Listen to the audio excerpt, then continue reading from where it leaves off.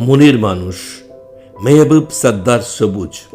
সব মানুষের ভিতর একটা মানুষ থাকে যাকে চোখে দেখা যায় না, তবুও প্রতিদিন তার সঙ্গে কথা হয়, অভিমান হয়, ভালোবাসা হয়, চুপ করে থাকা হয়।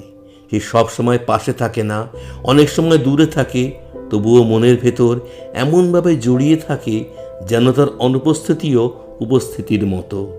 মনের মানুষ কেবল চেহারা নয়, তা একটা অনুভব, যেটা সময়, দূরত্ব, প্রতিদিনের ব্যস্ততার মাঝেও অল্পেতেই বুঝিয়ে দেয় সে এখনো রয়ে গেছে ভেতরে।